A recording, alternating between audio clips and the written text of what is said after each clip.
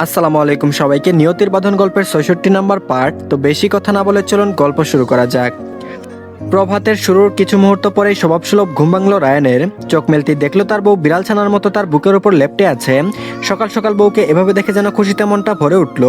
কতক্ষণ সেভাবে শুয়ে থেকে শুধু বউকে অবলোকন করে গেল। পরক্ষণে মেয়েটাকে কুল থেকে নামিয়ে নিচে শুইয়ে দিল। নিজে উঠে কপালে উষ্ঠ ছুঁয়ে দিয়ে ওয়াশরুমের দিকে ছুটল। ফ্রেশ হয়ে এসে কিচেনে প্রবেশ করলো। এই অবস্থায় বউকে বাইরের খাবার খাওয়ানোর কোনো ইচ্ছাই নেই, তাই এখন আবার যা পারলো নিজের হাতে রান্না করে খাবারগুলো টেবিলে এনে রাখলো। তারপর রুমে ফিরে এসে বিছানায় বউয়ের পাশে গিয়ে বসলো। এখনো ছোট বাচ্চার মতো ঘুমিয়ে আছে। এই ঘুম ভাঙাতে ইচ্ছা হলো না। ঘড়ির পানে তাকিয়ে দেখলো ৮টা বাজতে চলেছে। তাই আর সময় অতিবাহিত না করে ছোট করে ডেকে উঠলো, চড়ুই পাখি অনেক বেলা হয়েছে, ওঠো দ্রুত। শুরুতে না উঠলেও আর দু একবার ছোট করে ডাকতেই নিশার চোখ মেলে তাকালো। ঘুম ঘুম চোখে তাকালো স্বামীর পানে। রায়ান পুনরায় ঝুঁকে বউয়ের কপালে উষ্ঠ ছুঁয়ে বলল, দ্রুত ফ্রেশ হয়ে আসো পাখি, আমাদের বের হতে হবে তো।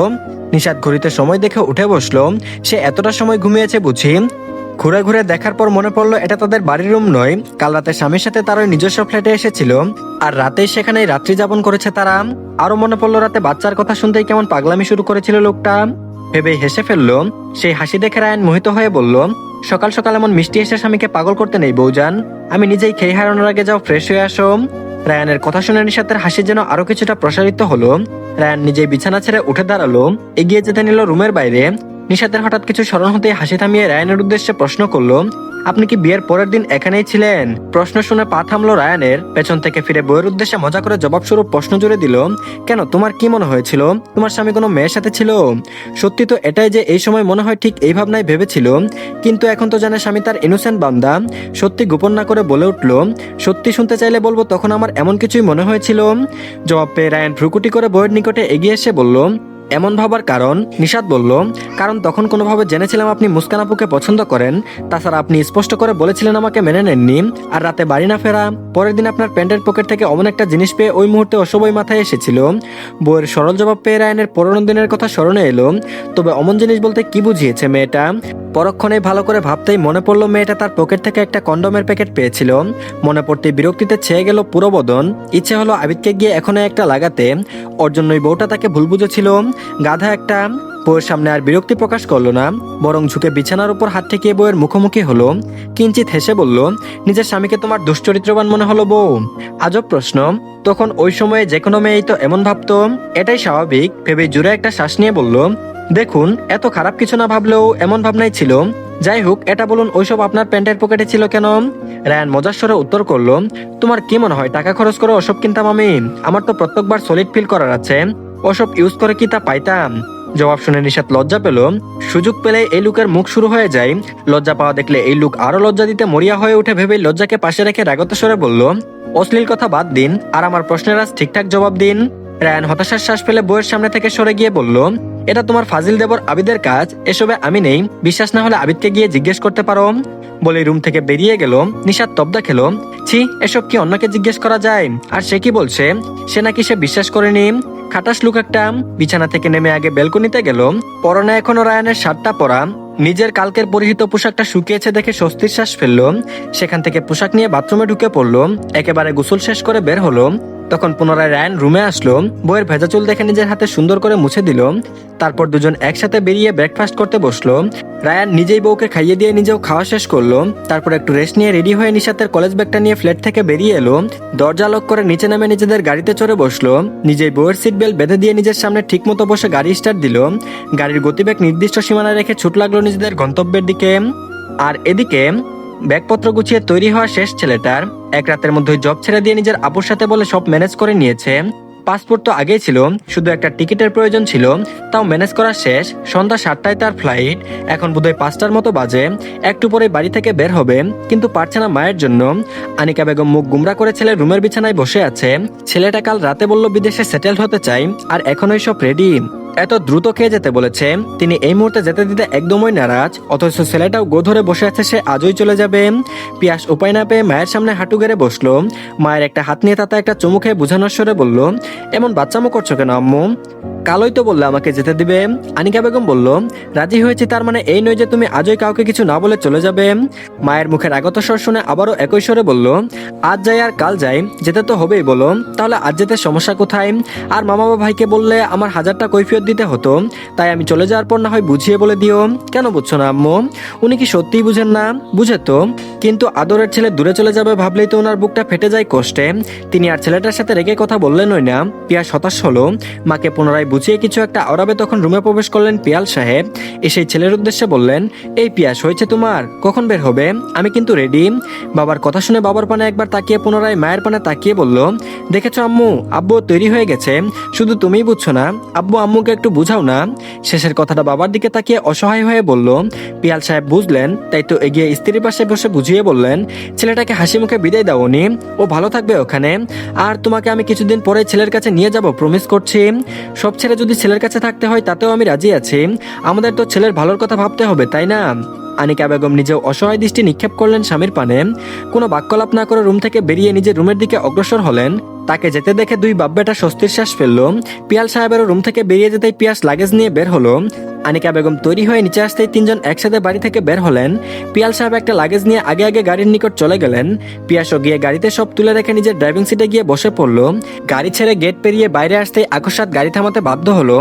গাড়ির মিররে স্পষ্ট দৃশ্যমান এক কিশোরী কন্যা তাদের গেট সংলগ্ন দাঁড়িয়ে আছে একাকী। এই অবেলায় মেয়েটা এখানে?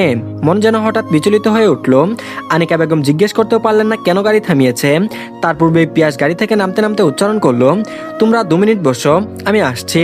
বেরিয়ে হাঁটা দিল মেয়েটার দিকে। স্মরণে এলো কাল রাতের কথা। ব্যালকনি থেকে রুমে বিছানায় ফিরে বসে ফোনটা হাতে নিল, তখন দেখলো বাচ্চা মেয়েটা আইডি থেকে অসংখ্য মেসেজ। কেমন আছেন, কি করছেন, খেয়েছেন কিনা, এমন আরো অনেক মেসেজ। পিয়াস বাধ্য হয়ে সবগুলো মেসেজের রিপ্লাই করলো, তবে নিজে থেকে খুব বেশি কিছু জিজ্ঞেস করলো না। কিন্তু এটুকুতেই বোধহয় মেয়েটা খুশি ছিল। তারপর শুরু হলো মেয়েটার আরো কথাবার্তা। এতে পিয়াস কখনো বিরক্ত হয়েছে তো কখনো মুখে হাসি ফুটেছে। কথা বলতে বলতে তাদের ভালোই রাত পার হলো। হঠাৎ ওই মেয়েটা একটা মেসেজ পাঠালো, আপনার ওই বাদামি রঙা মণিযুক্ত নয়ন যুগল আমার একান্ত নিকটস্থ থেকে অবলোকন করার ইজাজত দিবেন আমাকে জনাব। ছোট এই মেসেজ মেয়েটার কতটা আকুলতা আর আকাঙ্ক্ষা জুড়ে ছিল তা বুঝতে প্রাপ্তবয়স্ক যুবকের বুঝতে একটুও কষ্ট হয়নি। সে কতক্ষণ স্তব্ধ হয়ে তাকিয়ে রইল মেসেজটার পানে। মেয়েটাকে তো বলেছিল তাকে নিয়ে আশা না দেখাতে, তাহলে এসব কি? বিরক্ত হলো নাকি কোথাও একটা অচেনা অনুভূতি শুরু হলো তা পিয়াস নিজেও অনুধাবন করতে সক্ষম হলো না। উপায় না পেয়ে আকস্মাৎ নিজেও রিপ্লাই স্বরূপ লিখে পাঠালো, শুনো মেয়ে, আমি কাল সন্ধ্যার ফ্লাইটে ইউএসএ চলে যাচ্ছি, আমাকে নিয়ে অহেতুক স্বপ্ন দেখা বাদ দাও। আর রিপ্লাইয়ের আশা করলো না। তখন ওই মেয়েটাকে পুনরায় ব্লক করলো। নিষ্ঠুরের মতো একবারও জানতে চাইলো না এতে অপাশের মেয়েটার ঠিক কি অবস্থা হয়েছে। ধ্যান ছুটলো পিয়াসের। তুলির সামনে দাঁড়িয়ে কঠোর স্বরে বলল, এই মেয়ে এখানে কি করছো? কঠোর স্বরের জবাব শুনে তুলি মাথা তুলে তাকালো। সামনে পিয়াসকে দেখে যেন অভিমানেরা ঘিরে ধরলো। কিন্তু এই যে লোক দেশ ছেড়ে চলে যাচ্ছে, সে কি আর অভিমান বুঝবে? বুঝবে না। পাষাণ লোকটা তাকে বাচ্চা বলে হেয় করছে। খুব তো বলেছিল বন্ধুত্ব করবে, আর এভাবেই কাল রাতে তাকে ব্লক করে দিল। একবারও ভাবেনি তাই না যে এই কাজে এই ছোট মেয়েটা কত কষ্ট পাবে? সামান্য এক আবদারের পরিবর্তে এত বড় উপহার দিচ্ছে যে সরাসরি দেশ ছেড়েই চলে যাচ্ছে। সে সকাল থেকে বলতে গেলে এখানে বসে অপেক্ষা করছে ছেলেটার জন্য, অথচ ছেলেটা এই বিষয়ে অবগতই নয়। ভাবতেই চোখ দুটোতে পানি ভরে এলো। ওই ডাগর ডাগর আঁখি দুটিতে পানি দেখে পিয়াসের মনে কি একটু মায়া জন্মালো? বোঝা গেল না। পুনরায় একটু নরম স্বরে বলল, জবাব দিচ্ছেন না কেন? কখন এসেছেন এখানে?